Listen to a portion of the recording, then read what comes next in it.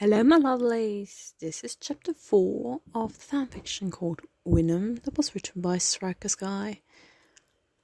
I survived the field, now transformed from an overflowing chaos of fruits and vegetables into a more organized, manageable garden.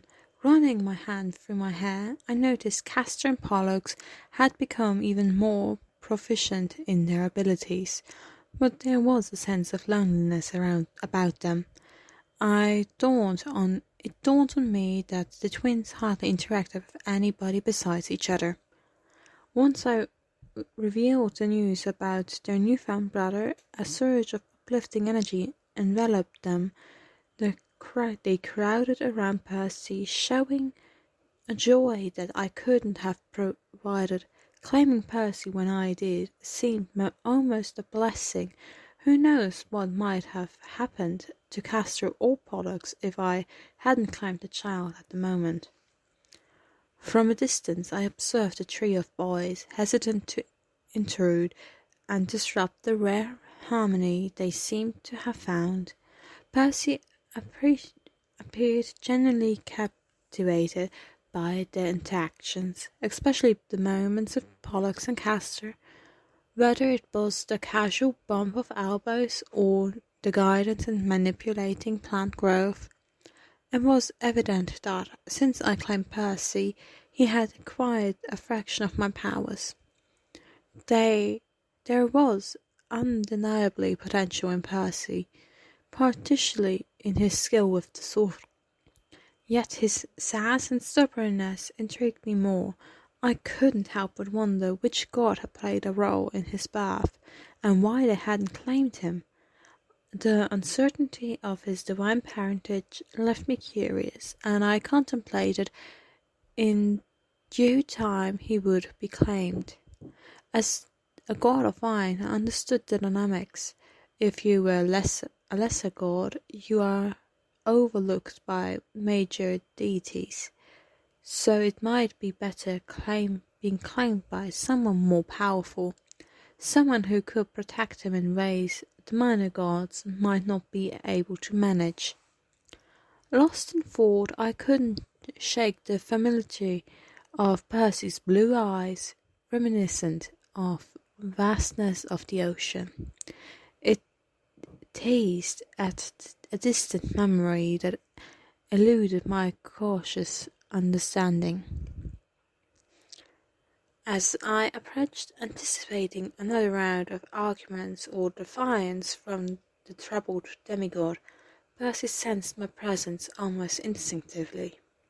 His gaze shifted my way, his expression poised for a potential confrontation. However, upon recognizing me, he bit his lip, suppressing any signs of disagreement.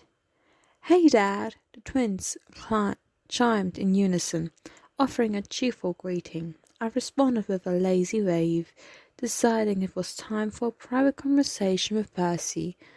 I conveyed my intention. "Let me talk to your brother for a moment." The demigod visibly stiffened, fully aware that I was addressing him. Brushing off the dirt from his clothes, he reluctantly assented. "Sure, Dad. We have to get some more seedlings anyway," Pollux announced, and Castor subtly nudged Percy towards me. Percy hesitated, seemingly reluctant to be alone with me, but his brothers insisted, creating an unspoken tension in the air. Percy stood still, an unnatural rigidity in his posture as I addressed him. My question came out more brusque than intended, causing the boy to visibly flinch. He winced as if expecting more aggression.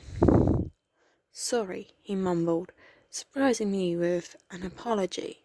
His stammered attempt to explain himself revealed a deep-seated fear. As he held his arm, I couldn't help but notice the bruises that adorned his skin like a painful canvas. Anger surged within me, but I took a calming breath. "Sorry," he bubbled, Trying to hold back tears, I maintained a level tone, choosing my words carefully. Why don't you go on a mission for me? Confused, he questions. Sir? Dad, Percy. Dad, Percy, I corrected. It seemed using the familiar term had a calming effect on him. As I continued, get me wine and meet me right back here. I don't understand why my dad told me to get him wine. I thought I was about to face some kind of punishment. It had to be the reason he sent Castor and Pollux away, so he couldn't hurt me without them getting in the way. I found myself looking down at the ground, trying to be as small as possible. That's what Gabe wanted, so why would Dionysus be any different? I considered myself a troublemaker, believing that I deserved whatever punishment was coming my way.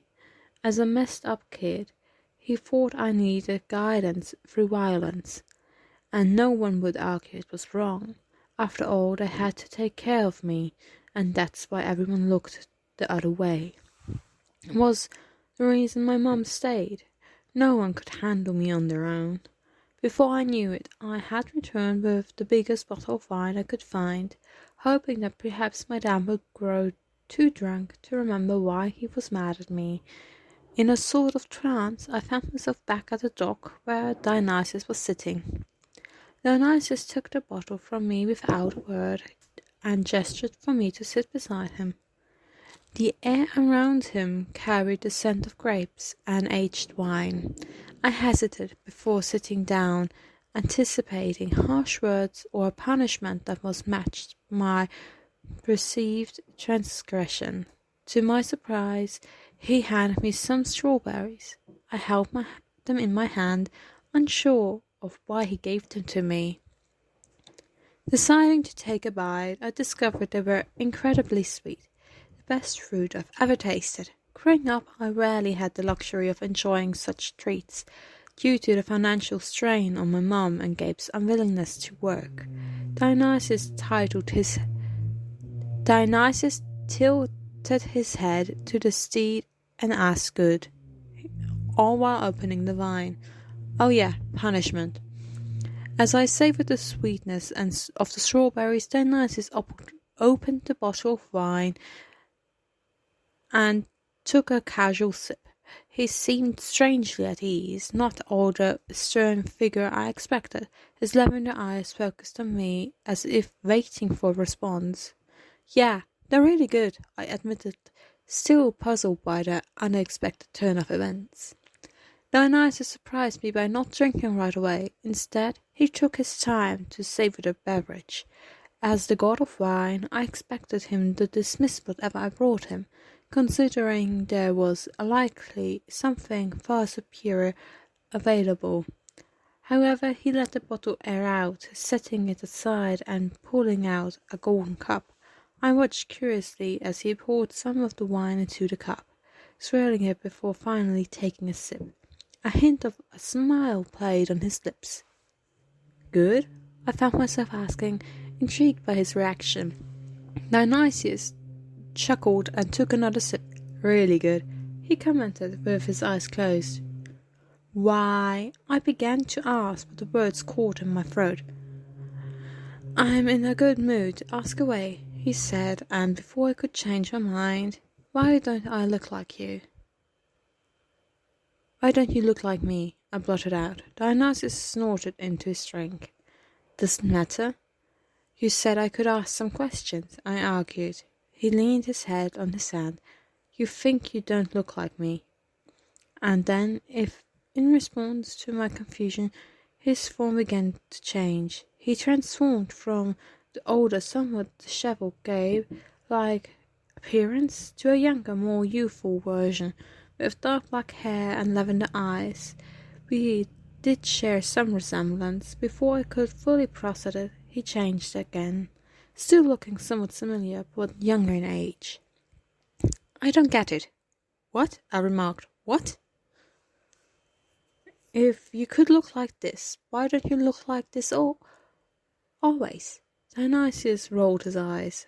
Why do I need to impress you kids?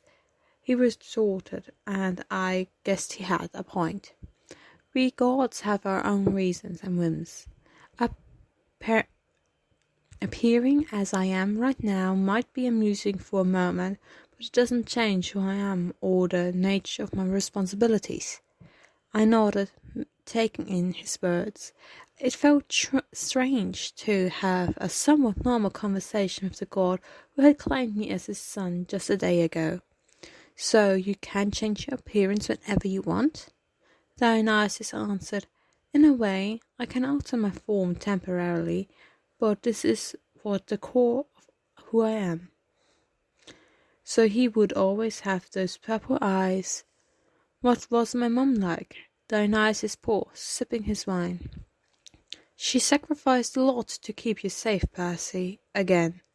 The pause. I listened attentively, a feeling mixture of emotions. Do you miss her? I asked casually. He signed, his gaze turning distant. I don't experience emotion in the same way mortals do, Percy, but I recognize the significance of her presence in your life, and I appreciate the efforts she made to protect you. It felt as if he was indifferent about her, but I guess when you're a god, maybe it was just easier. Why do you keep asking me to get you wine? I questioned, my frustration evident. Punishment. I'm not allowed to drink wine, but demigods like you don't have to listen to the god's orders. Dionysus replied nonchalant. Is that why you keep giving me these quests? I asked, annoyed in my tone. Yep, he responded with a casual shrug. But aren't you the god of wine, isn't it? It feels strange to aggress someone so powerful. Cruel? I hesitated. Dionysus looked at me, staring, truly seeing me. Their unblinking gaze made me uneasy. It's painful, he told me bluntly. Your dad sucks. No wonder you do too. You never had a good role model. A deadly silence followed, and I realized I had unwittingly ruined the moment. We were talking, things were okay, but now I held my hand up to cover my face, ready for the anticipated blow. However, there was nothing, no hitting, no yelling, no throwing. Of course he wouldn't throw the wine, he'd just gotten it. But there was no repercussions. I casually opened my eyes, only to find Dionysus blank-faced. I'm not going to hurt you, Percy, he told me with zero emotions. He took the glass of wine, dumped it into the lake before offering me a cup. Take this. I held the golden glass. It's a cup. It's what's in the cup, Perseus, he said, using my full name. Confused by the sudden formality, I observed what the cup was full again. However, the liquid inside wasn't purple or red. Instead, it was like honey. Just drink a little. Too much is poison for you, demigods, he advised. I sipped it. It was so sweet, addictively so. I felt full, happy, and so much more. Before it all came crashing down, I looked at the wounds under my shirt, and they were all healed. I tried to hand the cup back. It's a gift, keep it, Dionysus said. I held onto the cup, a present, the first one from my dad. In ear silence, I asked, wouldn't it be easier if you just ignored me like the other gods do? It would have been, Dionysus confirmed with a nonchalant shrug. But I've got a soft spot for troublemakers. Makes life more interesting, doesn't it? Thanks, Dad. Dionysus raised an eyebrow at my words, as if unsure how to respond. Instead of acknowledging the sentiment directly, he nodded towards the cup. Enjoy the nectar, Percy, and don't make a habit of seeking me out. With that, he stood up and walked away, leaving me alone on the docks with the mysterious cup. So that was chapter 4. I hope I will see you soon next time. Bye bye.